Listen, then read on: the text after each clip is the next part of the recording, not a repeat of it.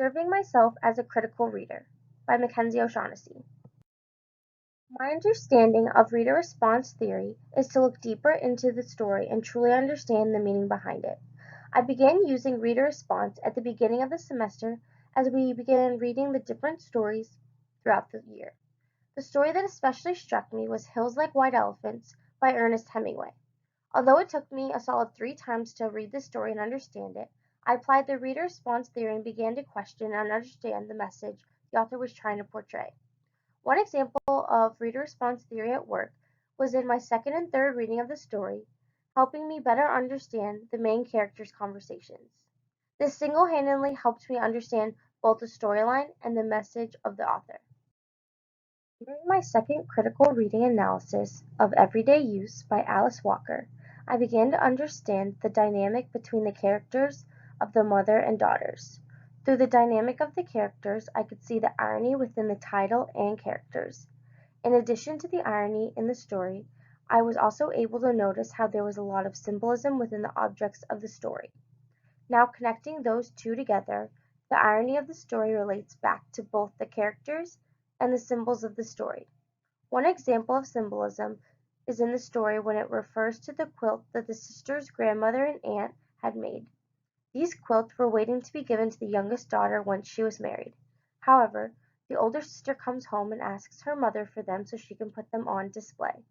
To the older sister, the quilt represents her heritage, but to the mother and younger sister, they represent love and a quilt that should be used. The irony comes into play when the older sister tells her mother these quilts should not be used.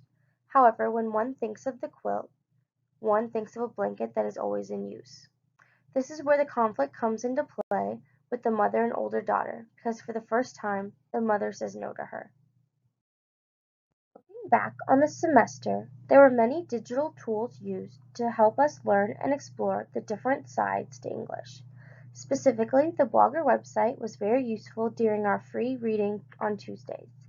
This was my favorite project all semester and really helped me learn something new, but also enjoy reading a little more. Blogger was used to record what we had read that day and look deeper into our books about things such as rhetorical devices, characterization, themes, and much more. I have never blogged before, but after completing this assignment, it got me interested in the idea of blogging and maybe even reading blogs of others. At the beginning of the semester, when we had to decide what book we would read for our free read, I had no idea where to even begin looking. And then I came across The Giver and read the description of the book. It said it had to do with a dystopia, and this was intriguing to me because in another class of mine, my freshman seminar, I had just learned about this and took great interest in it. Knowing that I had learned it from my freshman seminar helped me decide on a book that I would read for English and ended up loving. One challenge I faced this semester was with the annotating of stories. This is very general, however I had a problem with it because at the beginning I was not specific enough with my descriptions of the stories we read in class. Due to the fact I really had no interest in English, this related to my challenge in the class with not explaining and going in depth enough about the story. Therefore I decided I had to fully understand the story, so with each new story I began to research more about the story.